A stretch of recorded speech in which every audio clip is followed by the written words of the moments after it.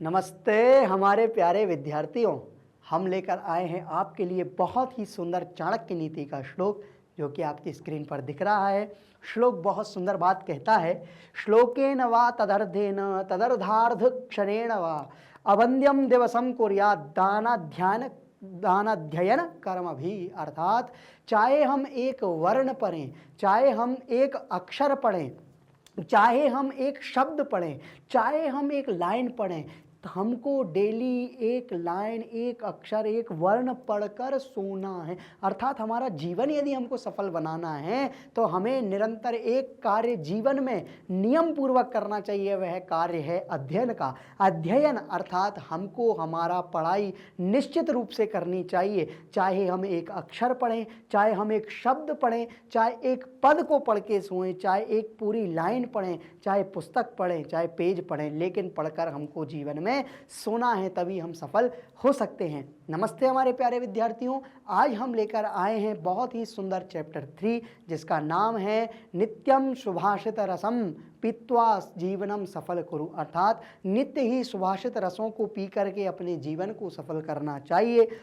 बहुत ही सुंदर यह चैप्टर 3 है। यदि इससे पहले आपने चैप्टर 2 नहीं देखा है तो ऊपर दिए आई बटन पर क्लिक करके आप वह देख सकते हैं। तो चलिए प्रारंभ करते हैं हम चैप्टर 3 जिसका नाम है सुभाषित रसम पीत्वा जीवनम सफल कुरु। सुभाषित रसों को पी करके, सुंदर सुंदर श्लोकों के रसों को पी करके अपने जीवन को सफल कीजिए। तीसरा पाठ है, बहुत ही सुंदर। हम यहाँ से प्रारंभ करते हैं। सरलार्थः व्याकरणिकम विवेचनम च। अर्थात सरल अर्थ, व्याकरणिक ग्रामेटिकल पार्ट के साथ विवेचन हम इसको करते हैं, देखते हैं गंभीरता से और सुंदर तरीके से पढ़ेंगे, बहुत मस्ती के साथ पढ़ेंगे। पाठ का परिचय क्या है? पाठ का परिचय, प्रस्तुत पाठ में संस्कृत के विभिन्न काव्य ग्रंथों से 8 सुभाषितों को संकलित किया गया है। कहाँ से? सुभाषित अर्थात सुंदर वचन, जो हमारे सुंदर वचन हैं, जो जीवन में प्रेरणादायी वचन हैं, उनको 8 ऐसे मुख्य ग्रंथों से संग्रहित किया गया है जो कि हमारे जीवन में अत्यंत उपयोगी हैं। सुभाषित सुंदर वचन होते हैं जो कर्णप्रिय होने के कारण मन को आनंदित तो करते ही हैं। इसके अतिरिक्त सुभाषितों में अनेक नीतिगत बातें कही गई हैं। नीतिगत अर्थात मोरल वैल्यूज़ की बातें कही गई हैं। ये मनुष्य के जीवन को सुखमय बनाते हैं। सुभाषित के इन पदों में मानव जीवन हेतु व्यवहारोपयोगी वचन भी प्राप्त होते हैं। अनेक सुभाषित मनुष्य को दुर्व्यसनों से दूर रहने का उपदेश भी देते हैं। सुभाषितों में सुंदर शिक्षा भी दी गई है जो मनुष्य का सर्वथा हित सिद्ध करती है। क्या सही है, क्या गलत है, इसलिए हमें नित्य सुभाषितों का पठन व मनन करना चाहिए। नित्य सुभाषित पढ़ते रहना चाहिए। अब मूल पाठ प्रारंभ होता है। क्या कह रही हैं? देखिए, दादी और उनकी पोती आपस में बात कर रही हैं। क्या कह रही हैं? तो पोती कहती है, पितामही एकाम नूतनाम कथाम कथयतु। एक नई कविता सुनाइए। क्या करिए? एक नई कविता सुनाइए, है ना, कथा सुनाइए। तो दादी कहती है, वत्से तुम प्रतिदिनम तो कथाम शृणोसी। तुम डेली ही तो कथा सुनती हो, है? आज कोई नई बात थोड़ी है, तुम डेली कथा सुनती हो। आद्य नीति श्लोकान सुनो। आज नीति श्लोकों को सुनो। कथा तो मैं डेली सुना देती हूँ, लेकिन आज तुम नीति श्लोकों को सुनो, मोरल वैल्यूज़ को सुनो। तो कह रहे नीति श्लोका, ये कौन नीति श्लोक हैं, कैसे नीति श्लोक? तो कह रहे आम नीति श्लोका नाम सुभाषितानी। हाँ, नीति श्लोक का नाम है सुभाषित वचन, सुंदर वचन, अच्छी बातें जो हमारे जीवन में होनी ही होनी चाहिए। तो कह रहे किम नाम सुभाषितानी, किसका नाम सुभाषित है, किसे बोलते हैं सुभाषित, बताओ इसके बारे में। तो कह रही है दादी, सुष्ठु भाषितानी इति सुभाषितानी। जो सम्यक बोले जाते हैं, जो सम्यक सुंदर वचन हैं, उसका नाम सुभाषित है। अर्थात शोभनानी वचनानी, सुंदर वचन, जो अच्छे लगने वाले वचन हैं, सुंदर वचन हैं, उसका नाम है सुभाषित।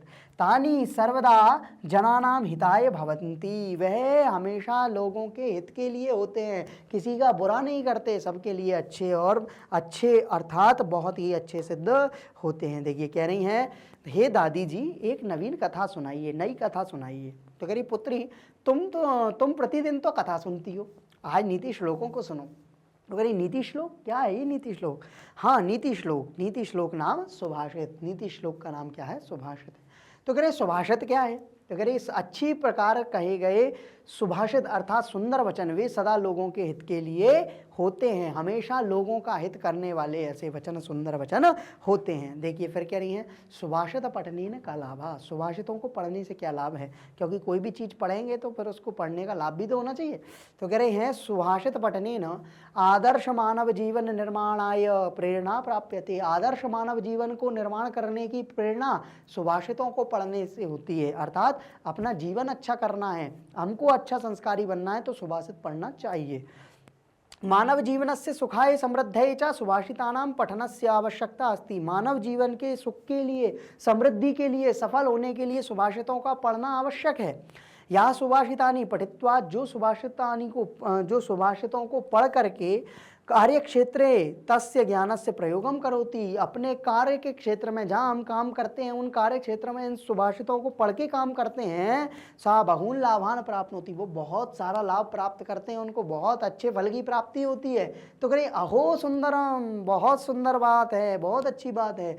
यदि एवं तरही अहम नूनम सुभाषितानि पठिष्यामि, तो फिर मैं इन सुभाषितों को पढ़ूंगी ही पढ़ूंगी, चाहे कुछ भी हो मैं पढ़ूंगी। तो कह रही सुभाषितानि स्वकर्तव्य अकर्तव्यस्य च विषये स्पष्टतया मार्गदर्शनम कुर्वन्ति, सुभाषित जो होते हैं वह अपने कर्तव्यों को क्या करना चाहिए क्या नहीं करना चाहिए इनके विषय में स्पष्ट मार्गदर्शन करते हैं, इनके बारे में स्पष्ट बतलाते हैं। अतः सर्वे अवश्यम सुभाषितानि पठन्तु, इसलिए सभी को अवश्य ही सुभाषित पढ़ने चाहिए। तानि पठित्वा सर्वे, उनको पढ़ करके सभी जीवनस्य रहस्यम अवगच्छन्तु, अपने अपने जीवन के रहस्यों को जान लेते हैं, अपने अपने जीवन में क्या सही है क्या गलत है इसका निर्णय कर लेते हैं। जीवनम सुखमयम च कुर्वन्तु, और अपने जीवन को सुखमय बना लेते हैं, अपने जीवन को सुखमय शांतिमय और अच्छा बना लेते हैं। ये काम होता है इन सुभाषितों का। तो देखिए हिंदी देखते हैं इसका क्या कह रहे हैं, सुभाषितों के पठन से क्या लाभ है। तो कहीं सुभाषितों के पढ़ने से आदर्श मानव जीवन के निर्माण के लिए प्रेरणा प्राप्त होती है, मानव जीवन के सुख और समृद्धि के लिए सुभाषितों के पढ़ने की आवश्यकता होती है। जो सुभाषितों को पढ़कर कार्य क्षेत्र में उनके ज्ञान का प्रयोग करता है, अनेक लाभों को प्राप्त करता है। अहो सुंदर है, यदि ऐसा है तो मैं अवश्य सुभाषित पढ़ूंगी, पढ़ना ही पढ़ना है, हम भी पढ़ेंगे।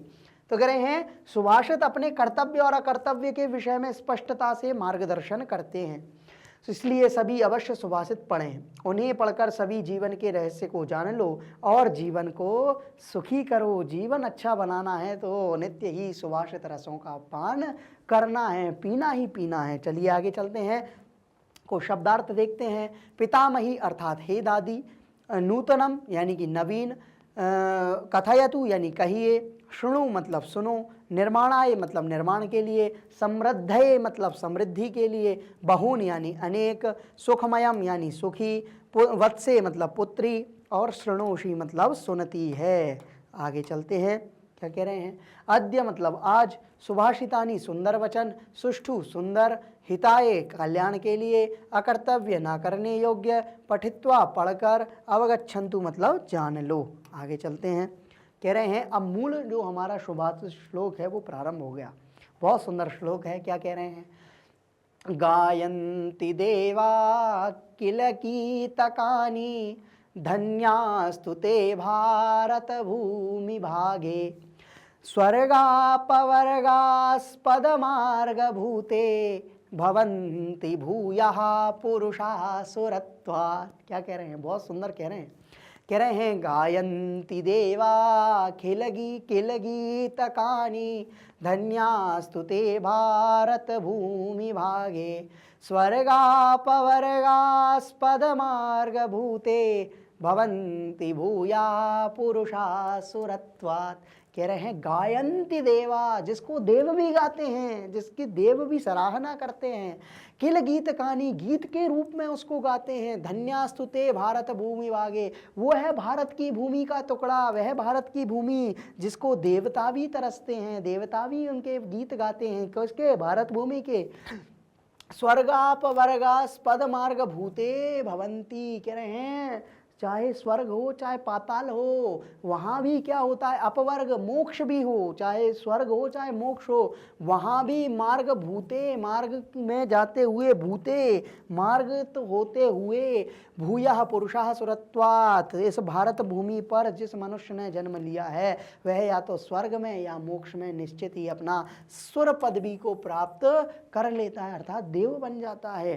क्यों? क्योंकि ये भारत की भूमि सभी के प्रति सम्मान की भावना रखने वाली है, नियति की भावना रखने वाली है। पदच्छेद देखते हैं, तोड़ तोड़ कर कह रहे हैं, गायन्ति देवाः किल गीत कहानी धन्या तु ते भारत भूमि भागे स्वर्गापवर्गास्पद मार्ग भूते भवन्ति भूयः पुरुषाः सुरत्वात्। कह रहे हैं अब इसका सिस्टमेटिक अर्थ, भारत भूमि भागे ये भवन्ति, जो भारत की भूमि है वहाँ पर, ते धन्यः वे धन्य है, इति देवः गीतकानी, जो देव है वो उसके गीत गाते हैं, किल निश्चय से, ऐसा नहीं हुआ हवा में बात कह रहे हैं, निश्चय पहले जो कहा गया है, संस्कृत भाषा सुरों की भाषा कही है, देवों की भाषा कही है, तो ये भारत भूमि पर ही तो जन्मी है। स्वर्गापवर्गस्पद मार्ग भूते भारत भूमि भागे तु देवा सुरत्वात् भूया पुरुषा, जो इस भारत भूमि पर जन्म लेता है वह निश्चित ही सुरों की कैटेगरी में, मतलब इस भारत भूमि पर स्वर्ग जैसा उसको देखने को मिल जाता है। भावार्थ कह रहे हैं, ये मानवाः अस्याम भारत भूमौ जन्म प्राप्नुवन्ति, जो मानव इस भारत भूमि पर जन्म प्राप्त किए हैं, ते धन्या इति भारत भूमि गुणगानम देवा कुर्वन्ति, इस भारत भूमि के गुणगान भी देव लोग करते हैं। अतः वयम सर्वे भारतीय भाग्यशाली हैं, इसीलिए हम सभी भारतीय भाग्यशाली हैं।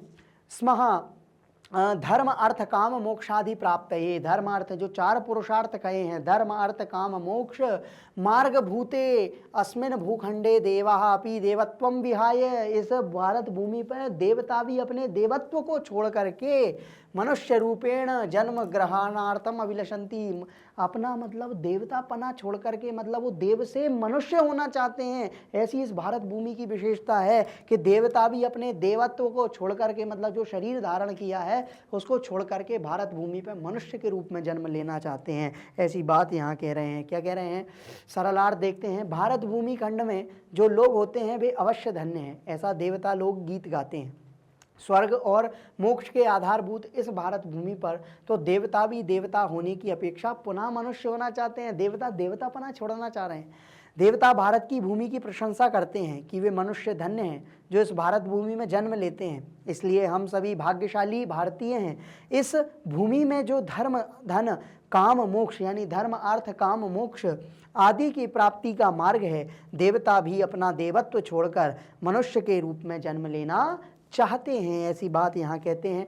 अब नेक्स्ट हमारा श्लोक दूसरे नंबर का कह रहे हैं, गुणी गुणम वेत्ति न वेत्ति निर्गुणः बलीबलं वेत्ति न वेत्ति निर्बलः पिको वसन्तस्य गुणं न वायसः करी च सिंहस्य बलं न मूषका। कह रहे हैं गुणी गुणम वेत्ति, गुणी हमेशा गुणी व्यक्ति गुणी लोगों के गुण ही देखता है, गुणवान व्यक्ति गुणियों के गुण देखेगा। निर्गुणः बली बलम वेत्ति, और जो निर्बल है वो हमेशा बलवान व्यक्ति से कैसा रहता है? निर्बल रहता है, वो उसका बल नहीं देखता, वो निर्बल देखता है। न वेत्ति निर्बला, यानी बलवान व्यक्ति निर्बल में निर्बलता देखता है, उसका बल नहीं देखता क्योंकि वो वैसे ही निर्बल है। पिको वसंतस्य गुणम न वायसः, और जो पिक है, कोकिला है, जो कोयल है, वसंत आने पर क्या करती है? अपने कौए जैसे, वायसा मतलब कौआ जो होता है, कबूतर जैसे गुण को धारण तो नहीं कर लेता, कौआ कोयल के गुण को तो धारण नहीं कर लेता, लेकिन करी च सिंहस्य बलम न मूषका, और जो शेर है, शेर का बल जो है वो चूहे के समान तो होता नहीं है, चूहे के समान उसका बल नहीं होता। तो कह रहे हैं गुणी गुणम वेत्ति न वेत्ति निर्गुणा बली बलम वेत्ति न वेत्ति निर्बला पिका वसंतस्य गुणम न वायसा करी च सिंहस्य बलम न मूषका। इसका सिस्टमैटिक अर्थ कह रहे हैं गुणी गुणम वेत्ति, गुणी गुणवान व्यक्ति हमेशा गुण देखता है। निर्गुणः गुणम न वेत्ति, निर्गुण जो निर्गुण है, दुर्जन पुरुष है, वो गुण नहीं देखेगा।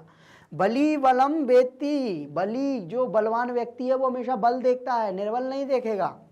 पिका वसंतस्य गुणम वेत्ति, और जो पिक है, जो कोकिला है, जो कोयल है, वो हमेशा क्या करती है? वसंत में अपने गुण देखती है, लेकिन वायसा वसंतस्य गुणम न वेत्ति, जो गुण कोकिला में है वो कबूतर में नहीं होते।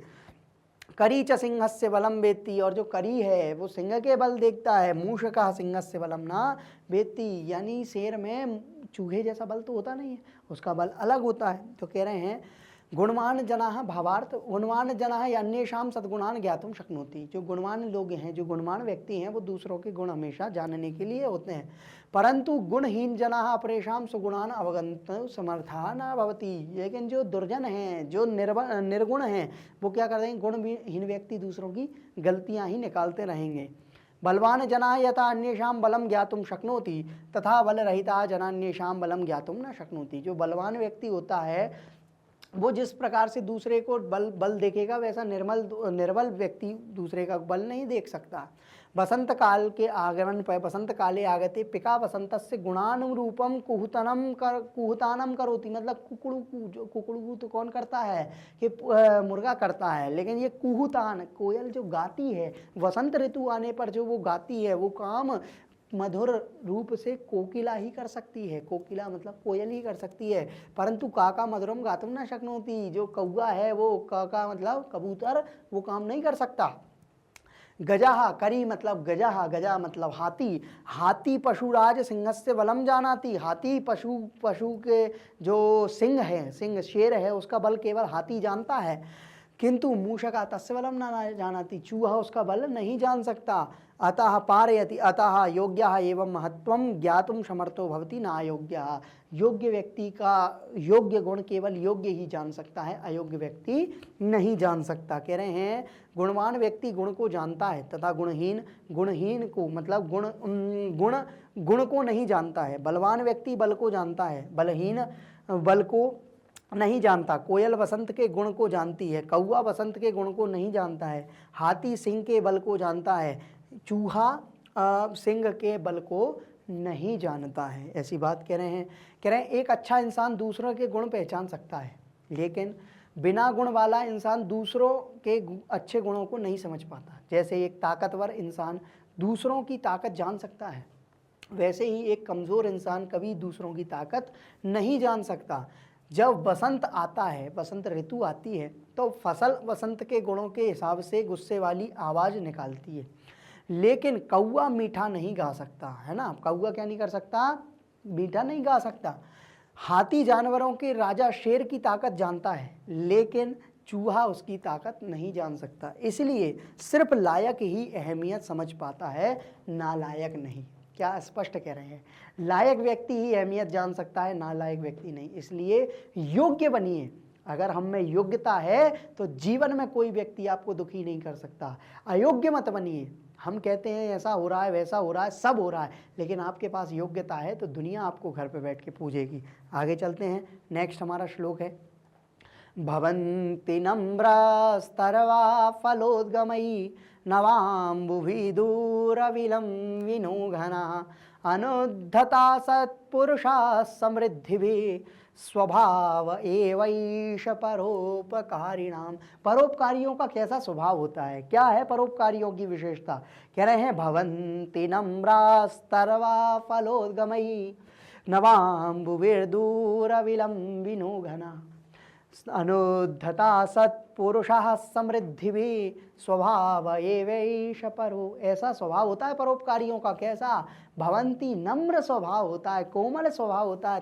तरवा फलोद्गमयी, भवंती नम्रास्तर, नम्र विनम्र स्वभाव होना है। नवाम्बुभिर दूर विलंबिनो घना, जैसे बादल जो होते हैं वो दूर से देख के गरजते हैं लेकिन बरसते नहीं, ऐसा स्वभाव होता है। बरसते नहीं से मतलब अंतरंग में उनके इतनी शांति होती है। अनुद्धता सत्पुरुषा समृद्धि भी, और सभी के प्रति समान भावना रखने वाली, सबकी समृद्धि चाहने वाली ऐसी भावना। स्वभाव एवैष परोप, ऐसा स्वभाव परोपकारियों का होता है। क्या कह रहे हैं, भवंती नम्रा तरवा फलोद्गमयी नवाम्बुभि दूर विलंबिनः घना अनुद्धता सत्पुरुषा समृद्धि भी स्वभाव एव एष परोपकार। ऐसा स्वभाव परोपकारियों का होता है।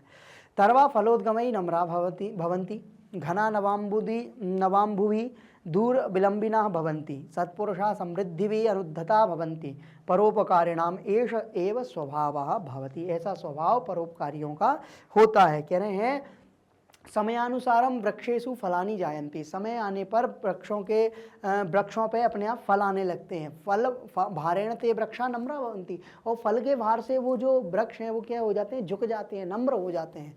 तथैव नवजलै परिपूर्णः मेघा अवनता भवन्ति, उसी प्रकार से जो नवीन जल भरे हुए बादल हैं, नए जल से भरे हुए बादल हैं, वो भी अवनत झुक जाते हैं। भूमिं प्रति आयान्ति वृष्टिं च कुर्वन्ति, और भूमि के प्रति अपनी वृष्टि बारिश कर देते हैं। अस्मिन् संसारे बहवः परोपकारिणः जनाः सन्ति, इस संसार में भी बहुत परोपकारी लोग रह रहे हैं। स्वसमृद्धि काले ते औदात्यम न प्रकटयन्ति, अपनी समृद्धि को छोड़कर भी दूसरों की सहायता कर लेते हैं। तेषा हृदयाः विनम्राः च सन्तः सदैव परोपकारा यत्नशीला भवन्ति, और वह संत महात्मा टाइप के लोग जो होते हैं वो दूसरों का परोपकार करते हैं। के परोपकारम व्रत रूपेण धारण, वे परोपकार को व्रत के रूप में धारण करते हैं। उक्तम चा व्यास महर्षिणा परोपकारा पुण्याय पापाय परिपूर्णम, और व्यास जी ने कहा भी है, व्यास जी के ये वचन हैं। क्या कह रहे हैं व्यास जी कि परोपकार किसके लिए है, पुण्य के लिए, और पाप के लिए क्या है, परपीड़नम। परपीड़नम का मतलब है दूसरों को पीड़ा देना, ये पाप का कारण है, और दूसरों का उपकार करना ये पुण्य का कारण है। ऐसी बात यहाँ कह रहे हैं। देखिए कह रहे हैं फल जाने पर वृक्ष झुक जाते हैं, नया जल भर जाने से बादल नीचे लटक जाते हैं, संपत्तियों के द्वारा सज्जन लोग विनम्र हो जाते हैं। परोपकारी लोगों का यही स्वभाव है। कह रहे हैं पेड़ समय के हिसाब से फल देते हैं, वे पेड़ फलों के वजन से छोटे हो जाते हैं। इसी तरह ताजे पानी से भरे बादल नीचे उतरते हैं, ज़मीन पर आते हैं और बारिश करते हैं। इस दुनिया में बहुत से दानी लोग हैं, अपनी खुशहाली में वे घमंड नहीं दिखाते, वे दयालु और विनम्र होते हैं और हमेशा दूसरों की मदद करने की कोशिश करते हैं। वे दान को एक व्रत मानते हैं, और महान ऋषि व्यास ने कहा है कि दूसरों पर दया करना पुण्य के लिए है और दूसरों पर अत्याचार करना पाप के लिए। तो ऐसी बात यहाँ पे कहते हैं, बहुत सुंदर बात कह रहे हैं। नेक्स्ट चलते हैं, नेक्स्ट श्लोक क्या कहते हैं। यथा चतुर्भी कनकं परीक्षते निघर्षणच्छेदनतापताड़नै, तथा चतुर्भी पुरुषः परीक्षते कुलेन शीलेन गुणेन कर्मणा। यहाँ कह रहे हैं बहुत सुंदर बात कह रहे हैं, श्लोक को आप याद करेंगे तो आपको मजा आएगा। कह रहे हैं 4 प्रकार से परीक्षा करनी चाहिए। किस चीज़ की, मनुष्य की हमारी 4 प्रकार से परीक्षा होनी चाहिए। पुरुष की 4 प्रकार से परीक्षा होनी चाहिए।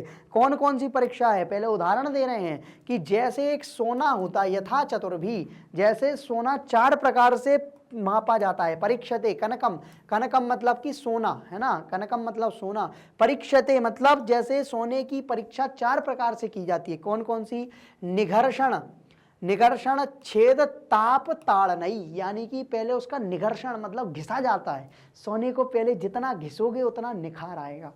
फिर उसका बाद छेद किया जाता है, उसमें ठोका पीटी की जाती है, उसका छेद किया जाता है। फिर उसके बाद में ताप में रखा जाता है उसको, बहुत तरीके से ताप, 16 डिग्री से भी ज़्यादा और ज़्यादा सेल्सियस 2-3 डिग्री पे ही पहुंचा देते हैं, जितने वे भी पहुंचाते हैं, तो ताप दिया जाता है। उसके बाद फिर उसको पीटा जाता है, ताड़ नहीं, है ना। 4 प्रकार से सोने की प्रोसेस होती है। कौन कौन सी, सबसे पहले निघर्षण यानी उसको घिसेंगे, फिर उसका छेदन, उसको छेद करेंगे, ठोका पीटी करेंगे।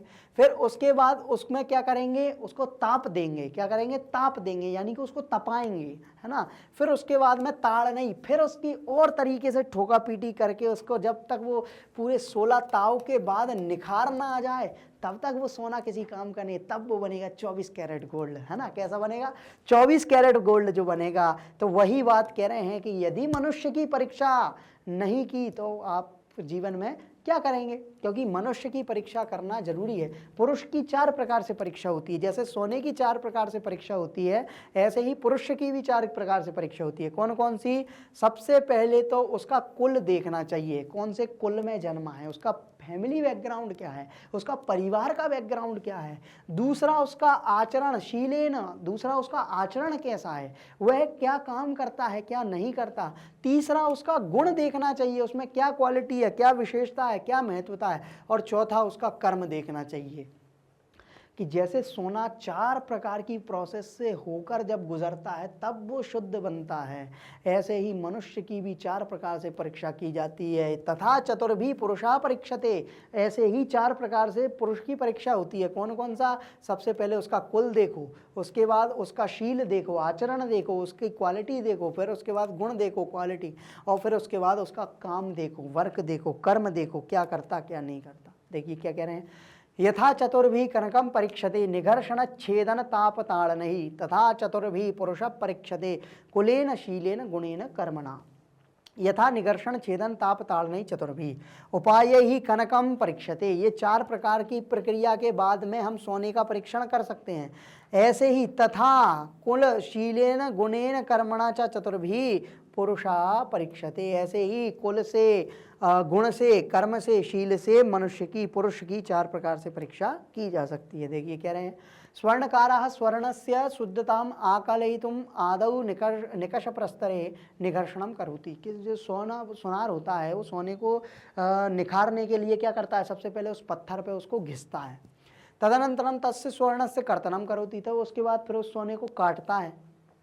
फिर ततः अग्निना दाहयति, फिर अग्नि में जलाता है, ताप देता है। अंते स्वर्ण खंडे प्रहारम करोति, फिर उसके बाद में उसको हथौड़े से जिस शेप में उसको बनाना है उसको बना देता है। एवं चतुर्वी प्रकार परीक्षा स्वर्णस्य पूर्ण शुद्धताम ज्ञातुम शक्नोति, ऐसे इस प्रकार 4 प्रकार के काम से सोना जो है वो शुद्ध हो जाता है। शुद्ध हो जाता है मतलब पूर्ण शुद्धता को प्राप्त हो जाता है। तथा उसी प्रकार पुरुषा अपि चतुर्भी उपाय, इसीलिए पुरुष के लिए भी 4 उपाय बताए गए हैं। कौन सा? कि 4 प्रकार से आप उसकी परीक्षा कर सकते हो, आप भी परीक्षा कर। कौन कौन सा? सबसे पहला, कस्मिन् परिवारे अयम जनः जन्मः अलभत, सबसे पहले वो किस परिवार में जन्मा है, उसका क्या फैमिली बैकग्राउंड है, कहाँ रहता है, क्या है। उसके बाद में तस्य स्वभाव कीदृशा अस्ति, उसका स्वभाव कैसा है। सः कीदृशै गुणै युक्तः अस्ति, उसमें कोई बुरी आदत तो नहीं है, उसके गुण कैसे हैं, सही हैं कि बुरे हैं। पुनः सा केन कर्मणा सर्वत्र समादृता भवति, फिर उसके बाद में वो कैसी आदतों में पड़ा हुआ है, उसके गुण कैसे हैं, उसके काम कैसे हैं, क्वालिटी कैसी है। एषु निकषेषु परीक्ष एव तस्य व्यक्तित्वं ज्ञातुं शक्यते, इन काम को करके हम एक मनुष्य की परीक्षा कर सकते हैं। आगे देखिए हिंदी कह रहे हैं, जिस प्रकार घर्षण, छेदन, आग से तपना या तपाना और प्रहार, इन 4 विधियों के द्वारा सोना परखा जाता है, उसी प्रकार कुल, आचरण, गुण और कर्म, इन 4 के द्वारा पुरुष की परीक्षा की जाती है। आगे, सोनार सबसे पहले सोने की शुद्धता जांचने के लिए उसे क्राइटेरिया स्टोन पर, किस पर रखता है, क्राइटेरिया स्टोन पर अंकित करता है। फिर वह सोने को काटता है, फिर उसे आग में जलाता है और आखिर में सोने के टुकड़े पर चोट करता है, यानी प्रहार करता है। और फिर क्या करता है, वह इन 4 तरीकों से सोने की पूरी शुद्धता जान सकता है। इसी तरह एक आदमी को भी 4 तरीकों से परखना चाहिए, किसको, सोने को। यह आदमी किस परिवार में पैदा हुआ है था, उसका स्वभाव कैसा है, उसमें किस तरह के गुण हैं, फिर वह ऐसा क्या करता है जिससे उसे हर जगह इज्जत मिलती है ना। अब तक इन क्राइटेरिया को जांचने से ही उसकी पर्सनैलिटी का पता चलता है। किसकी पर्सनैलिटी की, मनुष्य की पर्सनैलिटी का पता चलता है। ये बात एक व्यक्ति में होनी चाहिए। आगे हमारा बहुत ही सुंदर श्लोक है, इसको हम पढ़ने वाले हैं। बहुत सुंदर यह श्लोक है, बहुत ही सुंदर यह श्लोक है। कह रहे हैं, अष्टौ गुणा पुरुषमदीपयन्ति प्रज्ञा च कौल्यम च दमः श्रुतं च पराक्रमश्च बहुभाषिता च दानं यथाशक्ति कृतज्ञता च। अब हमारे अंदर और कौन से गुण होना चाहिए, क्या हमारे जीवन में अत्यंत होना चाहिए। कह रहे हैं अष्टौ गुणा, कितने गुण होने चाहिए, 8 गुण। कौन कौन से गुण, पुरुषम दीपयंती, यदि पुरुष को प्रकाशित करना है, यदि जीवन को अच्छा बनाना है तो 8 गुण अवश्य होने चाहिए। कौन से, प्रज्ञा यानी हमारी बुद्धि, हमारा ज्ञान, च कौल्यम और हमारी कुलीनता, कुलीनता मतलब हमारे अंदर जो विकार हैं उनको दूर करना, च दमः श्रुतम च अच्छा सुनना, अच्छी बातें सुनना, पराक्रमश्च बहुभाषिता च और हमारा पराक्रम, हमारा तेज, हमारा शौर्य, हमारी क्वालिटी हमारे अंदर होना चाहिए। बहुभाषिता बहुत सारी भाषाएं, बहुत सारी सभी को अट्रैक्ट करने की पावर हमारे अंदर होना चाहिए। दानम यथाशक्ति कृतज्ञता, और जितना बन सके उतना दान हमको करना चाहिए। और कृतज्ञता, कृतज्ञता सभी के प्रति विनम्र भावना हमारे अंदर होनी चाहिए। 8 गुण यदि हमारे पास हैं तो हम जीवन में सफल मानव हैं। कह रहे हैं अष्टौ गुणा पुरुषम दीपयंती, पुरुष को प्रकाशित करने के लिए 8 गुण कहे गए हैं। कौन से हैं? प्रज्ञा च कौल्यम च दमः श्रुतम च पराक्रमः च अबहुभाषिता च यथाशक्ति कृतज्ञता च श्रुतम पराक्रम अबहुभाषिता च यथाशक्ति दानम कृतज्ञता च। कह रहे हैं कि यथाशक्ति हमसे जितना बन सके उतना दान हमको देना चाहिए। प्रज्ञा कौल्यम दमः श्रुतम पराक्रम अबहुभाषिता च यथाशक्ति दानम कृतज्ञता च इत्येते अष्टौ गुणा पुरुषम दीपयन्ति। कह रहे हैं अष्टभी गुण युक्ता मानव, 8 गुणों से युक्त मानव सर्वदा समाजे सम्मानम प्राप्त होती है, हमेशा सम्मान में समाज में सम्मान प्राप्त करता है। विशेष ज्ञान होना चाहिए, कुलीनता, संयम, वेद आदि नाम शास्त्राणाम ज्ञानम, वेद आदि शास्त्रों का ज्ञान होना चाहिए, पराक्रम होना चाहिए, अल्पभाषिता, कम भाषिता है ना, अल्पभाषिता यानी ज़्यादा बोलने वाला नहीं, धीरे कम बोलने वाला व्यक्ति, सामर्थ्यानुसारम दानशीलता, सामर्थ्य के अनुसार दानशील, कृतज्ञता चा एते अष्टौ गुणा संति, और कृतज्ञता ये सभी 8 गुण उसके अंदर होना चाहिए। मानवाः उत्तम गुणान, यह मानव के उत्तम गुण हैं। आश्रित्य सम्मानिता भवति, इनके आश्रय से ही मानव सम्मानित होता है। अतः उत्तम गुणवान पूज्यते नरा, इसीलिए कहा गया है गुणवान नर हमेशा, गुणवान मनुष्य हमेशा पूजे जाते हैं। कह रहे हैं व्यक्ति को 8 गुण सुशोभित करते हैं। कौन से?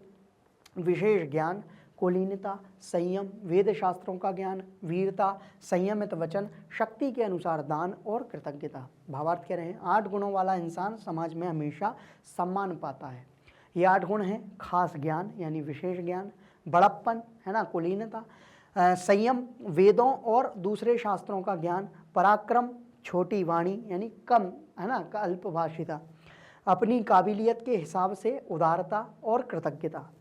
इंसानों को उनके अच्छे गुणों के लिए सम्मान मिलता है, इसलिए कहा गया है जो आदमी गुणी होता है उसकी पूजा होती है, गुणवान व्यक्ति की हमेशा पूजा होती है। आगे देखते हैं नेक्स्ट श्लोक। कह रहे हैं न सा सभा यत्र न सन्ति वृद्धा, वृद्धा न ते ये न वदन्ति धर्मम, धर्मासनो यत्र न सत्यमस्ति, सत्यम न तद्यच्छलमभ्युपेति। कह रहे हैं अभ्युपेति, कह रहे हैं नशा सभा यत्र न सन, वह सभा ही नहीं है दुनिया में जहाँ वृद्ध ना हो, जहाँ वृद्ध व्यक्ति ना बैठा हो, ऐसी कोई अगर ना बैठा हो तो वो सभा कोई काम की नहीं है, और बैठा है तो वो सभा काम की। सभा मतलब जो हम एकता के साथ स्थापित होकर जो हम सभाएं लगाते हैं, सभा मतलब एकत्रित होते हैं, सभी लोग बैठते हैं जहाँ। वृद्धा न ते ये न वदंती धर्मम, और वृद्ध वह वृद्ध भी नहीं है जो धर्म के बारे में ना बताता हो। ऐसा भी नहीं है कि सभा में वृद्ध बैठा है और धर्म की चर्चा ना कर रहा हो, धर्म के बारे में ना बता रहा हो क्या सही है क्या गलत है, तो वो सभा भी नहीं है कोई काम की। धर्मासनो यत्र सत्यम अस्ति, वो धर्म भी कोई काम का नहीं है जो सत्यता पर टिका ना हो। धर्म है तो सत्यता होनी चाहिए, यदि सत्यता नहीं है तो वो धर्म भी किसी काम का नहीं है। सत्यम न तद्यच्छलम अभ्युपेति, कह रहे हैं वो सत्य भी कोई काम का नहीं है जहाँ पे क्या छल ग्रहण किया जाता हो। तो आपको 4 चीज़ इसमें क्या समझनी है कि वो सभा कोई काम की नहीं जहाँ पे वृद्ध लोग ना हों, और वह वृद्ध भी कोई काम का नहीं जहाँ पे धर्म की बात ना बताता हो। ठीक है, जो वृद्ध भी कोई काम का नहीं जो धर्म की बात ना बताता हो, और धर्म भी वह किसी काम का नहीं जो सत्य पर टिका हो। यदि वो सत्य पर टिका है तो वो धर्म का काम का है, और यदि वह सत्य पर नहीं टिका तो वो धर्म भी किसी काम का नहीं है। और कह रहे हैं सत्यम न तद्यच्छलम अभ्युपेति, और वह सत्य भी कोई काम का नहीं है यदि उसमें छल है तो। यदि सत्य में छल है तो वो सत्य भी कोई काम का नहीं है। इसलिए हमेशा हमेशा हर चीज़ को देख कर जान कर ही करना चाहिए। कह रहे हैं न सा सभा यत्र न संति वृद्धा, जहाँ पे वृद्ध नहीं होते वो सभा कोई काम की नहीं। वृद्धा न ते ये न वदंती धर्मम, वृद्ध भी वो कोई काम के नहीं है जो धर्म के बारे में ना बताते हों। धर्मासनो यत्र सत्यम अस्ति, वो धर्म भी कोई काम का नहीं है जिसमें सत्यता ना हो। और न सत्यम न तद यच्छलम अभ्युपेति, और वह सत्य भी कोई काम का नहीं है यदि उसमें छल है ना, तो वो सत्य भी कोई काम का नहीं है। कह रहे हैं स सभा न अस्ति यत्र वृद्धा न सन्ति, ते वृद्धा न सन्ति ये धर्मम न वदन्ति। सा धर्मा न अस्ति यत्र सत्यम ना अस्ति तत् सत्यम अस्ति यत् छलम अभ्युपेति। आपको सीधा इसका अर्थ जानना है कि चार चीज़ें हैं, वो सवा कोई काम की नहीं है जहाँ पे वृद्ध ना हो, वह वृद्ध कोई काम के नहीं है जो धर्म के बारे में ना बताते हो, वह धर्म कोई काम का नहीं है यदि उसमें सत्यता नहीं है, और यदि सत्य में छल है तो वह सत्य भी कोई काम का नहीं है। ऐसी बात यहाँ कह रहे हैं। कह रहे हैं अस्मिन संसारे विविधा सभा भवन्ति, इस संसार में बहुत सारी सभाएं होती हैं। सभासु जन समागम भवति, सभाओं में जन समागम होता है। बहुभाषाम प्रचलति, बहुभाषाएं, बहुत प्रकार की भाषण बाजी भी चलती है। तेन साफल्यम न भवति, लेकिन वो सफलता को प्राप्त नहीं होते। क्यों? वस्तुतः सा एव सभा सफला भवति, वस्तुतः वह जो सभाएं हैं वो सफल होती है। यत्र वयो वृद्धा ज्ञान वृद्धा च जना भवेयु, वही सभा सफल होती हैं जहाँ पे वयोवृद्ध यानी ज्ञानवान व्यक्ति बैठे हों, वृद्ध व्यक्ति बैठे हों। पुनरपिते ज्ञान वृद्धा धर्म विषय वदतु, और यदि वो धर्म के विषय में बात कर रहे हैं वृद्ध व्यक्ति तो वो धर्म सभा कोई काम की है। धर्म संबद्धायाम चर्चा सत्यमेव वक्तव्यम यत् सत्यम तथ्युक्तम भवेद न तो छलन युक्तम इति। ये कह रहे हैं वो जो मैंने बात बताई है कि वह सभा कोई काम की नहीं है जहाँ पे वृद्ध ना हो, और वह वृद्ध कोई काम के नहीं है जो धर्म के बारे में ना बताते हो, और वो धर्म भी कोई काम का नहीं है जिसमें सत्यता ना हो, और वह सत्य भी कोई काम का नहीं है जिसमें छल है। तो ऐसी बात यहाँ पे कह रहे हैं। कह रहे हैं वह सभा नहीं जहाँ वृद्ध पुरुष ना हो, वे वृद्ध नहीं जो धर्म की बात नहीं कहते हों, वह धर्म नहीं जहाँ सत्य ना हो, और वह सत्य नहीं जो कपट को प्राप्त करता है यानी छल ग्रहण करता है। इस दुनिया में कई सभा होती हैं, सभाओं में जन समागम होते हैं, वही बहुत सारी बातें होती हैं, उससे सफलता नहीं मिलती। असल में वही मीटिंग मतलब सभा है ना, सफल होती है जहाँ हर उम्र और ज्ञान के लोग आए हैं ना, डरें। फिर जो ज्ञान में बड़े हैं उन्हें नेकी की बात करनी चाहिए, धर्म से बंधी चर्चा में सच बोलना चाहिए, सच उसी पर आधारित होना चाहिए, धोखे पर नहीं यानी छल पे नहीं। अब नेक्स्ट कह रहे हैं दुर्जनेन समम सख्यम प्रीतिम चापि न कारयेत उष्णो दहति चा अंगारा शीता कृष्णायते करम। क्या कह रहे हैं? कह रहे हैं दुर्जनेन समम सख्यम, यानी दुर्जन के लिए सभी समान हैं, ना उसको ज्ञानी पता ना उसको अज्ञानी पता, कौन सही है कौन गलत है इसका उसको ज्ञान नहीं है। प्रीतिम चापी ना कार्य थे, वो किसी से अपनापन नहीं करता। दुर्जन व्यक्ति जो होता है वो किसी से अपनापन नहीं करता, उसके लिए सब समान है। बुरा व्यक्ति बुरा है, अच्छा भी बुरा है ना। तो दुर्जन को प्रीति, किसी से लगाव नहीं होता, कोई उसका अपना नहीं है। उष्णो दहती चांगारा, जिस प्रकार जो उष्ण होती है, जो अग्नि होती है, जो गर्मी होती है, वो अंगार पैदा करती है।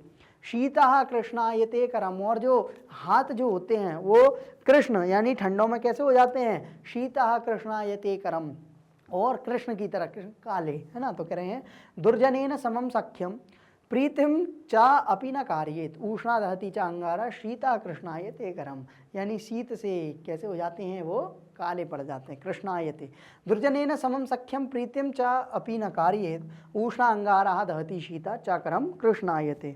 कह रहे हैं दुर्जनेन सह मैत्री ना करनी है, दुर्जन के साथ मैत्री नहीं करना। क्यों? यतो ही दुर्जना विश्वास योग्य ना होती, क्योंकि जो दुर्जन व्यक्ति है वो विश्वास योग्य नहीं होता। दुर्जनेन सह बंधुता प्रीति ना करनी है, और दुर्जन के साथ हमेशा मित्रता भी नहीं करना। यथा तस्य दुर्जनस्य मुखे माधुर्यम परम हृदय कपटता भवति, यदि क्योंकि उसके मुख पे तो बहुत मीठी मीठी बातें करेगा दुर्जन व्यक्ति। जो दुर्जन व्यक्ति है, गंदा व्यक्ति है, वो मीठी मीठी बातें बहुत करेगा, लेकिन उसके अंदर कपट छल भाव तो भरा हुआ है। अंगारा उष्णा भवति, जो अंगारे होते हैं वो कैसे होते हैं? गर्म होते हैं। कैसे होते हैं? गर्म होते हैं। तेन तापेन करम ज्वालयति, उनके एक ताप से जो हाथ हैं वो जल जाते हैं। पुनः यदि सा अंगारा शीतला अस्ति, यदि वो अंगार शीतल हैं तो क्या होता है? तदपि हस्तम मलिनम करोति, तो हाथ यानी कोला है ना, तो वो जो अंगारे हैं वो कोला के रूप में हाथ हम उनके धो सकते हैं। तथैव दुर्जना सर्वदा एव अनिष्टम करोति, हमेशा दुर्जन व्यक्ति आपका बुरा ही चाहेगा, चाहे वो आपको कितना ही अच्छा बोल रहा हो, लेकिन वो कुछ ना कुछ उसका प्रयोजन पीछे छुपा है। अतः विद्या अलंकृतोपि दुर्जना परिहर्तव्या, इसलिए विद्या का अध्ययन करते हुए ही दुर्जन से दूर रहना चाहिए। कह रहे हैं दुष्ट व्यक्ति के साथ मित्रता और प्रीति नहीं करनी चाहिए। गर्व अंगारा जला डालता है, और ठंडा अंगारा हाथ को काला कर देता है यानी कोला है ना। तो कह रहे हैं बुरे लोगों से दोस्ती मत करो, क्योंकि बुरा इंसान भरोसे के लायक नहीं होता। बुरे लोगों से दोस्ती और प्यार नहीं करना चाहिए, क्योंकि बुरे लोगों के मुंह में मिठास होती है, लेकिन उनके दिल में धोखा होता है। जब कोयले गर्म होते हैं तो उनकी गर्मी हाथों को जला देती है, फिर अगर वह कोयला ठंडा हो तो भी वह आपके हाथ को गंदे कर देता है। इसी तरह बुरे लोग हमेशा बुराई करते हैं और करते हैं, क्या करते हैं? बुराई करते हैं। इसलिए भले ही वह ज्ञान से भरा हो, उससे बचना चाहिए। दुर्जन हमेशा दुर्जन होता है। नेक्स्ट, यथा ह्येकेन चक्रेण न रथस्य गतिर्भवेत् एवं पुरुषाकारेण बिना दैवम न सिद्ध्यति। कह रहे हैं यथा, जैसे ये महाभारत से बहुत सुंदर कहा गया है ना, क्या कह रहे हैं? यथा ह्येकेन चक्रेण, जैसे एक चक्र जो होता है, ना रथस्य गतिर्भवेत्, रथ की कोई गति नहीं होती। जिस प्रकार चक्र होता है, बिना एक चक्र पे कोई रथ चल सकता है कि नहीं चल सकता? तो ये कह रहे हैं यथा, जैसे एकेन चक्रेण न रथस्य गतिर्भवेत्, यानी कि रथ एक चक्र पे नहीं चलता है। एवं पुरुषाकारेण बिना दैवम न सिद्ध्यति, उसी प्रकार बिना भाग्य के मनुष्य का जीवन वो व्यर्थ है, यानी बिना भाग्य पे मनुष्य का जीवन नहीं चलता। कह रहे हैं यथा ही एकेन चक्रेण न रथस्य गति भवेत् एवं पुरुषकारेण बिना दैवम न सिद्ध्यति, बिना भाग्य के पुरुष का जो सम्मान है वो सिद्ध नहीं होता। यथा ही एकेन चक्रेण रथस्य गति न भवेत् एवं पुरुषकारेण बिना दैवम न सिद्ध्यति, बिना भाग्य के पुरुष का मस्तिष्क जो है, जीवन है, वो सिद्ध नहीं हो सकता। रथस्य गति चक्रद्वयेन एव सम्यक भवति, बिना एक पहिए के रथ कभी नहीं दौड़ सकता, दो पहिए उसमें चाहिए ही चाहिए। एकेन चक्रेण रथस्य गमनम न संभवेत्, बिना एक चक्र पे एक पहिए पे जो रथ है उसका गमन संभव नहीं है।